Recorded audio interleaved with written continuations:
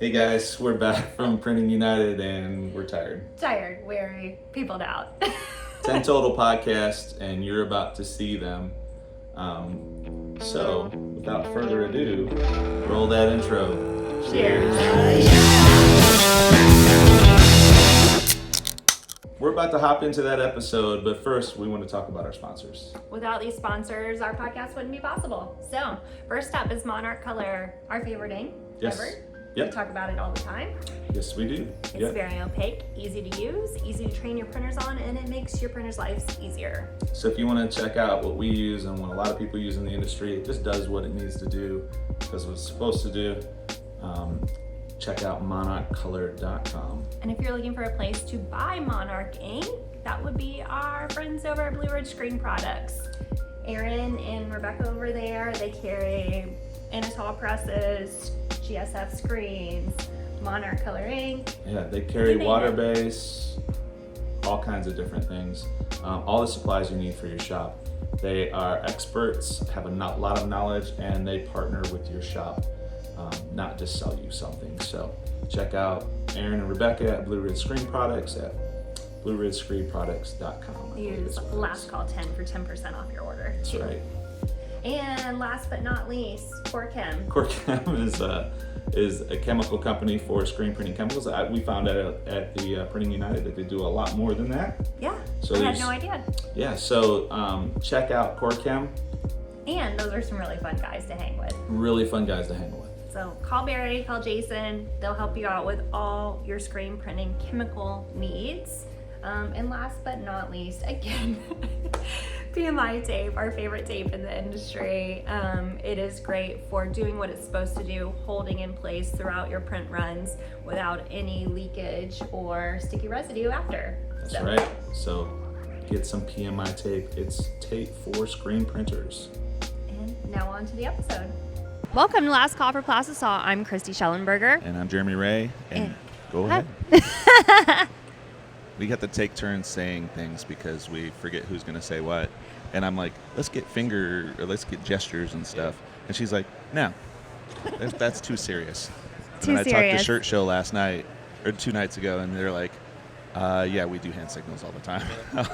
I didn't notice anyone See? else on there. Yeah, they do. I guess Okay. there's this thing where like Andy pulls the mic in and Oh. Dylan knows to be Dylan quiet. knows to shut up. That's cool. Yeah. Yeah. But Ray, Yes. welcome. Ray from Avient. Yes. Welcome. Thank you. Well, day 3, Printing United. How's the show been for you guys? Oh, really busy. You know, we don't have a booth here, but our field techs and our salesmen are here supporting our distributors. So we have quite a few distributors around here. And also, I've been working primarily in the apparel zone. Okay. Having a lot of fun with Ryan and Brett and those guys. That's sponsored by Grimco. So I was able to run machines and then show some people how to print their first T-shirt. That's pretty cool. So, Yeah, I saw that yesterday. There was a little Instagram or something that there was a video of you and everybody Yes. clapped. Yes. Or something. yeah. Yay, T-shirt. Now, is that so? What you were like doing tricks or something? No. Tips and tricks or something? Tips and tricks? No, I'm going to say most of the people that were in line, they wanted a shirt, but they never, ever even loaded a shirt. Oh wow. And there's a Okay. few that did, and I could tell as soon as they loaded, I would say, oh, you've done this before, and I would back off. But for the most part, I'd have to show them how to actually hold the shirt to even load it on without wow. it getting caught, and Yeah. how to drop it back, and describing the same thing over and over again. But it's fun to see the people print that first screen. It's the 3-color, but they print Right. their first screen and Wow. lift it up, and there's surprise in their eyes that they actually got something to lay down on a shirt. It was great. Yeah. Oh yeah. When we had the open house at my shop, we did the same thing. She goes, I can't do that, and I'm like, okay, well, show me what you're doing. And she showed me, and I go, just tilt your squeegee a little bit more. Yeah. Even pressure. Do it. And she goes, I can't do it. And I go, you just did. Yeah. Yes. You know. And There's she's something like, really magical about yeah. a first She's t-shirt. like, I did it. You know. So that was cool. But so Ray, I ran into you at Water-Based Camp, and you were doing some water-based inks. That's what I'd like to talk about today. Oh, okay. Water-based, and you're into silicone now. Right. Yeah. So, so what does Avient offer for water-based inks? Well, first I of mean, all? our whole goal at Avient, and it started quite a few years ago.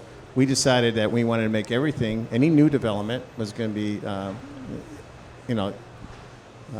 conscious of sustainability and Yes, everything else. So sustainability there's is 3 the hot ways we word. do that. We want to save energy. We want to make cleaner, better products with better raw materials, and we want those materials to be able to be recycled in some way. So that's our goal on all our lines. I mean, we're slowly working through that. Our Plastisol is low cure. Our water base was one of the first ventures into it. So we said we want to do a non-PVC product. So we created Aquarius, which is under our Zodiac line. And since then, we've also purchased Magna, which is a water-based, very popular water-based line from Barnsley, England. So we have really developed that and made it easier, better to run on the presses, and you end up with a very sustainable product, something that can be recycled on recyclable shirts and things like that. Then we also created silicone, Libra, which is great and a much easier print than in the old days when you catalyze it and it start going bad right away. This lasts all day. Sometimes people actually hold on to it and are able to run it the next day. Wow. And what's great about that is on these fabrics that are really troublesome, Libra, you flash print it, and you pretty much looks like you're underbasing it. It's 100% opaque, stretchy. I mean, once it's cured, you can iron it. It's not going to affect it. Wow. Yeah. So I used to print water-based a little bit, and I noticed like the biggest thing, temperature, and obviously all of those things in the shop, the environment that you're printing in has to be right. I've seen misters. I've seen all kinds of tricks that people do to try to keep everything going. But the biggest thing for us was like teaching new people how to do it. Exactly. Like, that was the hard thing because I was doing it, and I knew what I was doing because I made all the mistakes, right? Right. But they, and it was like a really hard thing to get. And nowadays, I think it's even worse to try to get somebody to literally pay attention to what's going on, and you have to pay attention. Right. Yeah. So in the last 5 years, even the water base has gotten a lot better. I think the one base that most people have a problem with is high solids, which is the most like Plastisol out there. And the reason why is because you have to use flash. You got to flash the white and all that. Yep. The thing is, I think what people make the mistake is they get the palettes too hot. They keep on flashing high. And in reality, once you get those pallets warm and you maybe have a decent flash, you knock your flash units down to like 230 degrees, you're barely flashing it. Water-based doesn't need a lot of help and heat. It just needs just a little push to start drying. And once the white base is dry and warm, any print that goes on top of that actually starts gelling right away. Yeah. In fact, you got to print very fast because your second stroke will start sticking. Yeah. So once you do that, and if you utilize spaces, maybe you have a flash unit, but the flash doesn't have to be even as hot as the first one, very light, or you just use a space, it's enough time for that ink to be dry for the next print. Yep. And as far as the heat and humidity plays a bigger factor than heat. Right. I mean, there's a relative humidity with heat that dropped the humidity, but the humidity has more of a factor.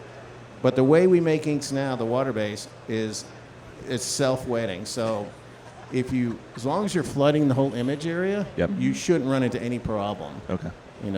So. And it was always on setup. Yeah.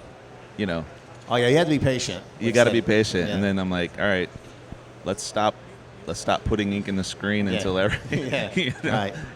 Well, we're completely ready, right? Yeah, we show techniques on setup where maybe you're striking it, and maybe you don't have like a locking system or a pre-registration system. You're actually looking through the screen and lining it up. But you print that first one, and then what I recommend having a bucket of water and a sponge. Yeah. Okay. Because and you just come underneath the screen and you push up through the image area, and you can actually see the water foam up and go back down. Okay. And then you just dry the bottom. Don't put ink. Don't put anything in the inside. Yeah. And it can sit there for hours because the ink is all gathered together. Yes. Stroke back. Yep. Yeah. I would like to go backwards a little bit since our podcast is geared towards beginning screen printers. Yes. Why should someone choose water-based ink? Well, I mean, it's a environmentally, people see that as a change going forward. Water-based feels a lot nicer. Okay. You actually, your volume of your ink going down diminishes in the oven, so it's a very thin, concentrated deposit, so it feels much better. And it's, in a way, once you learn that, you actually feel like you can print anything with water-based that you print with Plastisol or anything else. It's just a better all-over feel, look, and it's not as heavy for like fashion garments and things like that.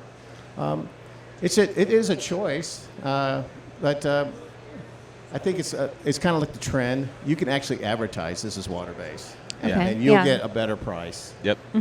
And I've seen it everywhere. People have converted and say, okay, well, it is slower because your oven needs to be about 90 seconds to 2 minutes, but you still create a very nice fabric, nice finished garment. You actually get more sales. You get repeat sales out of it. Yep.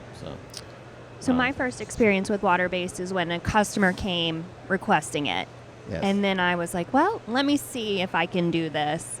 Where can someone learn more information about printing water-based ink or getting started in it if Well, they have a you know, they got customer water-based asking week. for it? Yeah, water-based week. There's a few things. I mean, like ourselves, we have a lot of PIBs. We got a lot of, we do Facebook Lives. We do a lot of things about how to do it. But also, we have field techs. I'm in charge of all the field techs for Avient. And we're able to come in when, with our distributors. Yep. And help people learn how to run this thing. But I have one piece of advice. Anybody who wants to get into it, do not go straight to high solids. Okay. Yeah. Do a soft base, which goes on like garments, like the old school water base, or discharge. Yeah. And what's discharge. what's a good brand for them to, or what line should they use for that particular? Oh, for thing. discharge and soft, well, the Aquarius soft. line. Yeah. Aquarius Okay. line, Okay. and then Magna. Magna has a soft base and discharge also. What's great about that is you're not using any flashes because you're going. There's no underbasing with either one. Obviously, for discharge, you got to know what fabrics to use. It has to be 100%. It has to be cotton that's with the correct dyes that will react. But most shirt companies will tell you exactly which ones are dischargeable, and they're the particular colors too. Yeah. Any colors that people should stay away from Yeah, for so discharge? stay away from royal orange, like a mid purple, not a deep purple. There's quite a few mid greens. Usually the darker colors are better. Like a true red is usually really good. Black is probably the number one thing that's discharged. Discharge black. 100% cotton. Like deep purples, navies, browns are awesome. They work very well, So And can you and explain what discharge is? Do it? Can you explain what discharge is? Okay, it's really a chemical reaction. So discharge has an activator that actually knocks out the dye of the shirt, and then since you've colored that ink with a pigment, that pigment is what's left. So in a discharge situation, even in most water-based curing anyway, as it goes through the oven, you have to, the actual water is being sucked out. Okay. So it's like you're evaporating. Once the evaporation happens, about halfway through the oven, then the binder starts working. That's why you have to be in there so long. Okay. So it's actually taking out the dye and replacing it with pigment. So that's why it feels so soft. Yep. You're kind of staining that shirt. Of course, so the soft base is, without the discharge agent, just leaving pigment attached to the shirt, and so thin, so nice, that you got a true color, and it's really nice. Yeah. So when I first met you, it was out at Water-Based Camp. You were doing a mixing system. So Yes. I guess that's important to let people know that, you can mix your own colors with it really well. Yes. And both our water-based systems, Magna and Aquarius, are pigments and base. So it's, as far as getting into a pigment and base system, it's, not cheap, but it's not that, out of this world. But the colors you make out of that system are the cheapest you can buy. Right. Because you're doing small amounts of pigment and you're replacing the base, basically. Okay. The base is the lowest cost factor. And if you figure out when you're mixing colors in soft base, for instance, or discharge, it's a 6% pigment load. It's very low. You don't need much Right. to create color. Yeah. Is there like a rule of thumb for, you said 6%? Is there like when you start to get over that, is it cause problems with the? Yeah, it can. I mean, it could slow down the cure. Sometimes it's too much pigment to be held by the binder, so you have a little washout. Yeah. So, I mean, there's some leeway on certain pigments, like fluorescent pigments. Sometimes you get a little more in there, but we kind of try to keep it to a certain level. Say for instance, high solids, it's 12%. Yeah. So, I mean, there's certain resins that can hold pigment better. Okay. And high solids is one of them. So so you were mentioning discharge earlier, and from what I understand, there sometimes there has to be special dryers for that. There has to be longer dwell times. What's your thoughts on? Yeah, the dwell time for the Aquarius is definitely 90 seconds. You can't go through it 45 and expect it. And one word of warning: discharge will look like it's doing well. Really? At a minute, so it'll look great. But then you go wash it, the colors are actually kind of falling away from the gray good, which is if any shirt you discharge, if you just did clear, for instance, on a black shirt, it'll end up looking like a bone color, like a natural color. So you start seeing that natural fibers popping through the color if you're not cured all the way. Okay. So. And what temperature does the ink cure at? We go at 320, like Okay. a standard cure, for 90 seconds. Perfect. And then you should have a full cure. Yeah, I actually had a dryer that had some special zone in it, and they were like, "Well, that's for the zone up front." Needs It kind of kicks it off a little bit. It kicks it off a little bit, and then you dwell longer. But it's still, it's not a shortcut. You still have to have that full 90 seconds because it's just chemistry. That kickoff is great. It might start getting that temperature up, but hit 212 degrees. That's when the process just begins. Yeah. So that's why you need the time in there. Very interesting. Yeah, I feel like when you're, we were talking about what should newbies know about water-based. I feel like if you don't have your processes in place, like you said, there's no shortcut. So, right? Let's have our processes in place. Let's learn how to actually print. Because I jumped in right away. So did I. And I'm like, what the heck just happened? I just locked up my entire screen, because I'm treating it like I thought was Plastisol. And then I'm like reading the direction. They're like, no, you need retarder and all these other things in it and softener. You guys got like RFU series or anything like ready, like that's already mixed or ready to go, or do you always add chemicals? Always have base and pigments. Okay. You have more control. It's very easy. The mixing system, the software I was demonstrating. It's very easy to follow. It's just a recipe. Right. So it tells you exactly how much base to put in, how much pigment to put in. There are tips and tricks on a mixing system, though. You want to get your pigments into like a squeeze bottle, so you can just hit drops and stuff like that. I've seen people try to load it in with a palette knife. It's very difficult because it's very runny pigments. But just following that mixing system, what happens is that you're able to create color.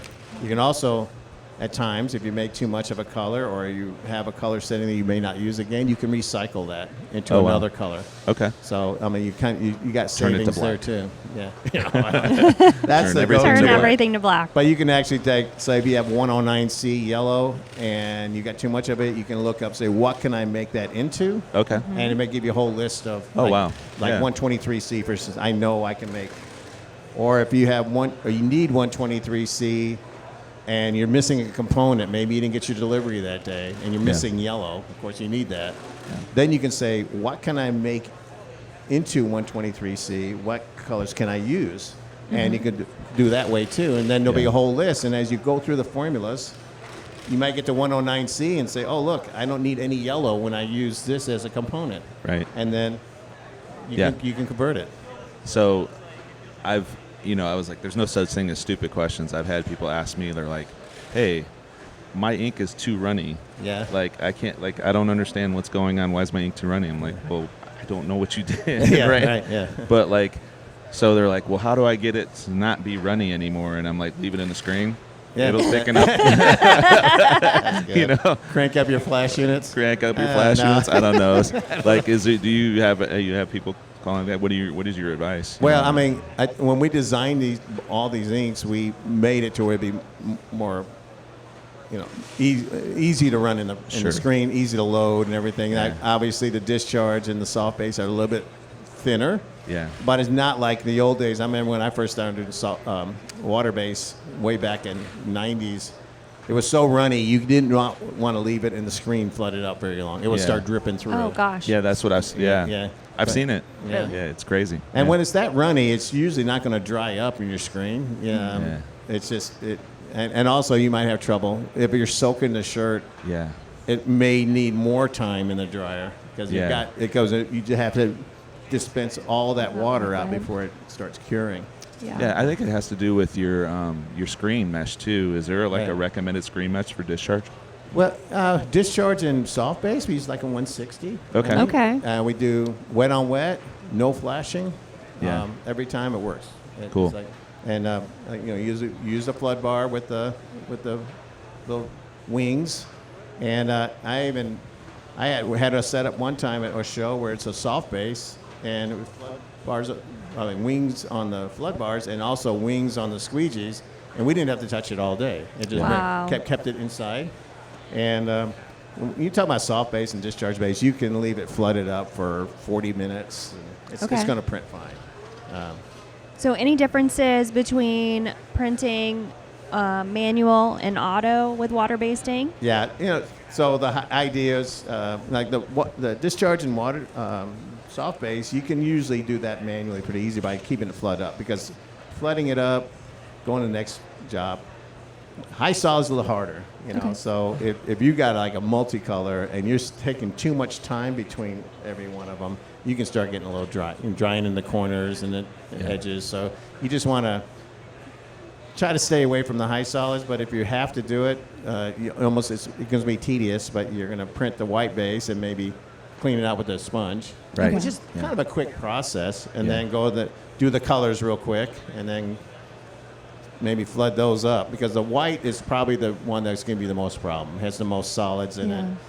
It wants to dry faster. Yes. Yeah. Anything made with a high solids base and pigments, it does really well. I mean, it reminds me of what the soft base would feel like, and you have more leeway. So silicone, Yes. you're getting into those. Yes. Silicone's come a long way. Yeah. Our Libra silicone I feel it's the best out there.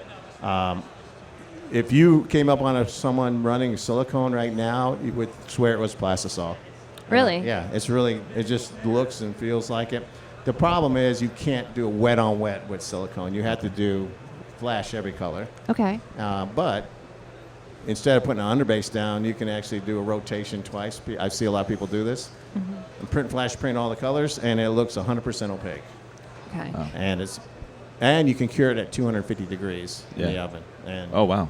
and I didn't know that. Yeah, you can Wow. very low cure, and it's there for good. Once it's cured, it's impervious. Does it have a different feel to it? A different Yeah, hand? it's more of it's a very slick feel. I mean, even though it's not shiny, it's kind of I don't know how to explain it. It's kind of more of a rubbery feel, Okay. but a thin rubber. I mean, you handled anything it that's made sounds out of like- silicone. It's Yeah, got that absolutely. feel that you just know it's not plastic or regular rubber or Yeah. anything like And that. why would someone choose a silicone ink for their garment? Why would someone choose a silicone ink? Well, if you need something that, first of all, you probably need to be on a synthetic. You don't want to be on cotton. It just doesn't work very well on that. Yeah. But it's like I said, it's true color. It doesn't change color. It doesn't shift. You can stretch it further than usually the garment. So you Yeah. put silicone on, like Lululemon or Yeah. it'll stretch as far as you want it. And Oh, wow. we've had 4 guys hold the corners of those things and pop it. You know, if you did that with Plastisol and you let go, it all stays stretched out. Yeah. But silicone goes right back to where it was. It's kind Oh, of like wow. a balloon. That's really awesome. Yeah. And it's 100% clean. So- it doesn't have any memory. It just goes right back to where it was. So it sounds like if you're doing a lot of poly, Yeah. that's what you want. Oh, that's great. Yeah. Yeah. Yeah. And the low cure on top of that. That's low cure. And And many times you get away with just doing the flash print on a really bad bleeder Right. poly, as long as you keep your oven down. But we also have a blocker, a black blocker for Libra, for something like a sublimated dyed pattern. Yeah. That was sometimes is a problem with every ink. Yeah. We did notice, though, we were doing some sub-dye shirts with just flash print white. And when it came out of the oven, you know, if you did that with Plastisol, you'd see the 100% of that pattern coming through. Yeah. But with Libra, we saw a little bit of the pattern. Yeah. But over time, it would dissipate. Yeah. So it's almost like Interesting. the Oh, wow. silicone's still open and letting the dyes release. Okay. And so Yeah. it was kind of a fun experience when we do a lot of training for our distributors, the and we would have one camouflage. out that we did the day before, and then we'd print another one and show them. I said, okay, by tomorrow it's going to be the same, and let them hold it, Yeah. and then the next day look at it, it was the same. Yeah. Yeah. That would I be know, maddening for me. I know. I'm not a very patient person. Yeah, I know we've had football teams that are wanting the camouflage poly shirts, you know, Uh-huh. and all that stuff, and I'm like, oh my god, it's a freaking nightmare. Oh, to yeah. put- I mean, Because you never know what you're getting. If it's Yeah. sub or if it's water-based printed, Yeah. sometimes in the pattern, then there'll be one color that wants to come through. yeah, Almost so every crazy. time. So, yeah. Yeah. So yeah, there's a lot of advantage out there for people to then for silicone, because I think that that's the biggest problem is drying, Right, you know, poly, right. right, and dye migration, and Exactly. especially on reds. So, Mm-hmm. yeah, I think the advantage is since it's so low cure, Right. that's insane. Yeah, 250. and it's like I said, once it's cured, it's fine. You can iron it, you can put transfer press on it. It doesn't matter. It's not gonna touch that. You know, the good thing about silicone, nothing sticks to it. But also that's a bad thing. Nothing sticks to it. So you know, you got to know what you're doing, what Yeah. fabrics you're going on. You have to catalyze it. In the old days when we catalyzed silicone, it was a ticking time bomb. It's like maybe 4 hours, something like that. But now it lasts all day. You can seal it, put it in a dark space, or some people put them in refrigerators and come back out and use it the next day. Okay. But you really want to only mix what you need. Yeah. So that's where the the software comes in. Yeah. You can actually whittle down to exactly how much you need, or maybe you just do a quart and see how long it lasts, and then after that, kind of use that as a reference of how much you need Yeah. to catalyze at a time. Because once you catalyze it, it's ready to go. It's not like discharge. We have to wait 15 minutes and stir it again and put it back in. It's ready to go. So I saw some things at Water-Based Camp, and they were like printing the dark colors first and then the whites last Yeah, on the yes, disc. yeah. Yeah. And I was like, not conventional, Yeah. you know, like at all. So is there a purpose for that? Yeah, it has everything to do with the pigments that are in there. So white pigments, if you print them early, or lighter pigments, they want to start building up on the shirt. Okay. So, but you go dark to light, and you're not stepping on some of those light colors or it's- bright colors Artwork needs to be right. that you can pick up a little bit as it comes through the oven, especially discharge. You're seeing that on discharge. We yeah. did a few jobs there. You could see a little difference in that color, where the dark colors, it's hard to see any difference, you know. Yeah. So they come out like a deep purple on a black shirt. It's going to look deep purple, even if it's stepped on a little bit. But when it comes to like bright yellows and fluorescence and of course white, Yeah. you want that to be clean and have a total coverage. You mentioned fluorescence. Do you use specialty inks then? You guys offer that as well? Yes. Cool. Yeah. What's the popular specialty stuff that you The guys are offering? specialties in water-based, Yeah. we got suedes, we got metallics, we got pearl, we got quite a few. Glow in the dark, reflective is the best. I think water-based reflective is the best reflective there is. Okay. Yeah, I mean, because it's really a clear bead. You can put it on top of other colors. You can do anything. In fact, I like putting it on top of a sealed garment, like on top of a white, or Yeah. on top of a color, and it still glows. I mean, it still refracts. That's you know. awesome. Yeah. Rather than Plastisol, a lot of times you got bead. The bead is half coated, and it diffracts in all directions. The water base, I mean, the bead is there, so it's going to come right back at you. So. And so what do you think is trending, even Plastisol inks, like as far as specialty inks this season? What are you selling the most of? It's really weird. This goes in cycles, but right now we get a lot of call for puff. Really? Yeah. Yeah, we're seeing that in transfers too. Yeah. And so, when I had my own shop, I used puff in a lot of different ways. You can do pure puff, know, or you can use it as like a way to create texture, like just put it in very high meshes or mix it with your white. We would do that a lot too, to create a pattern. Let's say you're simulating a piece of tape or embroidery. I've seen the simulated embroidery works really good. Yeah. And so the puff, even put small amount of product. If you saw that print that we're doing over at the apparel zone, it's a faux applique. Yeah. That makes it look like sewing. And it's just puff ink in the stitching. And it feels, it's such a small amount down. It's just enough to where your fingers can feel it. Yeah. Because, thread's not that thick anyway. But it's enough to make a difference in the surface. Pretty cool. Yeah. So there's a lot of ways. I used puff for underbasing, all sorts of things. Because, what you flash it, it stays flat. It won't actually puff until it's in the oven. Cool. So, any kind of ink that someone's printing with puff, do you have any tips for printing puff? Well, you want to make sure that you have a good EOM on your screen. You want to make sure that you're putting a good, even amount down. Artwork-wise, you want to make sure you don't have too large of an area. Okay. Because the puffs, but it also embosses or debosses the shirt. So if you ever did puff and you look on the inside of the shirt, you can see where the puff is. Yep. It's pushed in. If you have too much of that, it doesn't have the shirt doesn't have the ability to cover that whole area. It actually will look like a wave. Okay. And where it waves in, it's not getting cured, and it looks ugly. So what I say, when you're doing a puff, make it as a highlight or make it broken up, break up the pattern. Yeah. So it's a great tip. So you got breathable material in between, but it allows it to, rise up in those small areas, and then overall you get a great feel. Yeah. You make it intentional, make it look like a pattern of what it's supposed to be, like a lizard skin or snake skin or football.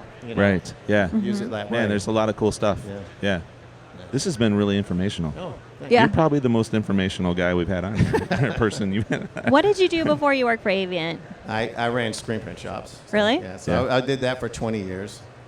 Different shops, and then I was brought into this area because LAT back then did printing. And so we did collegiate for.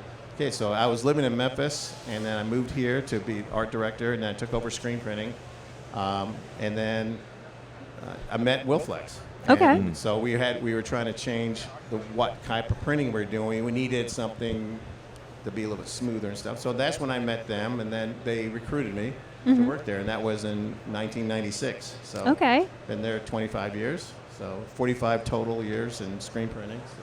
Cool. What was your favorite job in a screen printing shop to do? My favorite job, or in the places I work. Well, actually, just like, do you like to print? Do you like to manual print? Do you like to run autos? Art. I mean, production? I came from the art background, and solving problems with art is probably the best way to do things. And so that critical thinking, I think, served me well. Any type of new product, every type of, when we got into discharge, it was exciting. When we got into, high solids, it was exciting. It's just seeing new things. And then, and because there's not a lot of change in plastisol, you just got to try to make it better or cheaper or lower cure or, try to make something better about it, but it's not a lot of movement there. And actually it's kind of constricting because a lot of substances are being restricted, raw materials are being deleted or the brands don't want certain things. And when we had to go PVC free, that was a big challenge. We had to go phthalate free, that was a big challenge. But I mean, it was fun, kind of like searching Figuring for it the out. right thing. Yeah. So I don't know. But, I mean, by far, the job I have now is by far my favorite job. Okay? Cool. Yeah. I get to do a little bit of everything. So, Yeah, it sounds really cool. Yeah, I get work in the app lab on new products, get to test it, write down how to print it. They put it on the PIBs. I go out in the field when people are converting or they're having a problem and go fix their problem or show them some new product, and it's always fun to see. Yeah. I love teaching. So, go to barbecue in Memphis. Well, I mean, so this is controversial, right? This is very controversial. Okay. I had no I've done- idea. I've done a lot of business For in Memphis. atmosphere, the rendezvous. You got to go in the rendezvous For atmosphere, for sure. The ribs are good. The dry rub is really good. The ribs are Yeah, yeah. okay. I mean, They're dry. sometimes they're really good. And sometimes they're Yeah. not. My go-to when I lived in Memphis was Corky's. Okay. Because the dry rub, well, for ribs, I mean. Yeah, yeah. But the dry rub was similar to Rendezvous to me. Yeah. It tastes a lot the same, but the ribs are fantastic. Yeah. They're like, you can pull the bone out and everything. And then I like Central Okay. because of the Central is the location. one that everybody goes to that's from Memphis, Yeah, and yeah. then right, and then And they then, avoid the rendezvous. and I love that they leave their dry rub in shakers. So Yeah. everything you buy, like your anything that on any of your sides, you can shake it on there. Yeah, yeah, like yeah. Same with the rendezvous. beans That's and the mac and cheese. You put Yeah. that and just cover it up. Yeah. Well, Interstate. Oh, and Is- yeah, I like Interstate too. Interstate's my go-to. Yeah. I like But- their brisket. Yeah. Yeah, they're yeah. so good. And then go to chicken, Yeah. right? That's Gus's world famous. Yeah. Yeah. Yeah.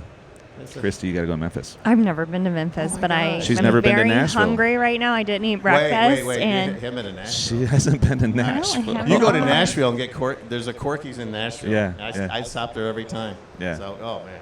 yeah, you guys Except I are gotta making me watch out. very I can't hungry. eat ribs with my, straight on like you used to. Yeah, yeah, Because yeah. that dry rub gets in my beard. Oh, I know. and it turns it orange. Dude, it's but You it's know? it's great later on too.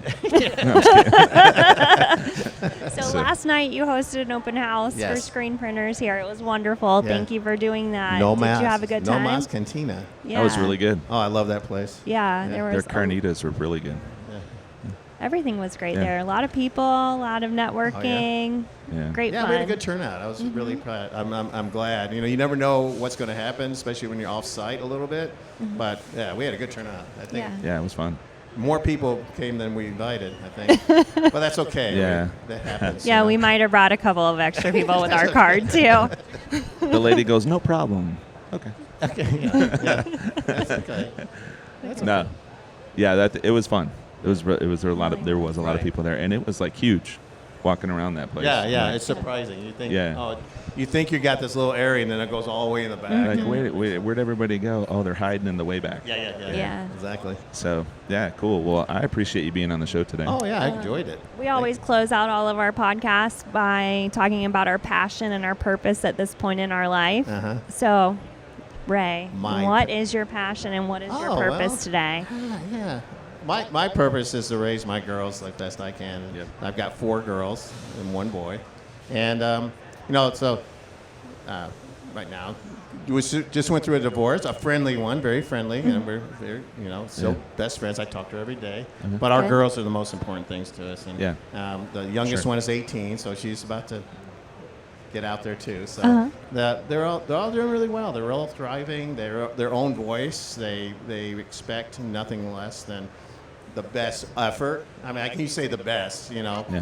because not everybody's perfect. But Yeah. Yeah. I would say the best effort from someone they might be involved with and stuff like that. That's my biggest thing. And then after that, I do art. I do fine Okay. art. So I do paintings and crafts and stuff at home. And I love that too. Oh, that's pretty cool. It's busy. Yeah. Yeah. It's fun. Then Like I like you to don't go to already have restaurants and enough bars to by my house. Yeah. I live in the think middle of that's it. the world of screen printing. Yeah, at pretty night. much. Yeah. Yeah. That's why we're called Last Call for That's Plastisol. what last night when we were headed over to your party. I go, okay, we're gonna go back to the VRBO at 9. Like we cannot party all night. Yeah. And then Jeremy comes up to me. He's like, "Christy, you ready to go?" And I was like, "I feel reinvigorated." That's what happens. Yeah. I'm like reinvigorated. Okay, I guess we're staying out. Man. That's not even code. You know Big exactly what I words. mean. Like I'm like, all right, we're out. We're going Yeah. to the blues bar. Yeah. Yeah. Oh, that was So, a great place. Yeah. That was fun I, too. I went in there last night and I realized I'd been in there before. Really? Oh, Yeah, wow. yeah. So I That's can't remember cool. where I went to see some blues. I think it was I can't remember his name. The guy from Yeah. Texas, the Texas tornado guy. Oh yeah. Yeah. Wow. Yeah. I'm something Bugsy. I can't I Yeah, remember. don't yeah. know. It was good. It was a good show. Well, Ray, thanks for being here today. Thank man. We you. appreciate you. Such a treat. Oh, well, thank you so How Have much. a can great- people get a hold of you? Well, I'm at Avient. So my email is ray.smith@avient.com. Mm-hmm. But if you ever need any help, if you can't get a hold of me, the best thing I always tell everybody is we have an email called Ask Specialty Inks @avient.com. Okay. And you can ask any question about anything about our products. Okay. All of our lines, all of our brands. If it's you need a formula, or how do I get a formula, or how, what happens if I print puff, on this fabric, and anything you want to ask, you go there and it's answered. We always have 3 or 4 people on our text answering it, and we also have our color lab. So if you need us, say, hey, I can't find this Pantone number, they'll get right back to you with a formula. Cool. Yeah, so Yeah. it's pretty That's quick. a great resource for Yeah, people. absolutely. Well, awesome. I hope you have a great day today. Yeah. Thank you. Thank I you. appreciate it. Until Yeah. next time. Yeah. Cheers.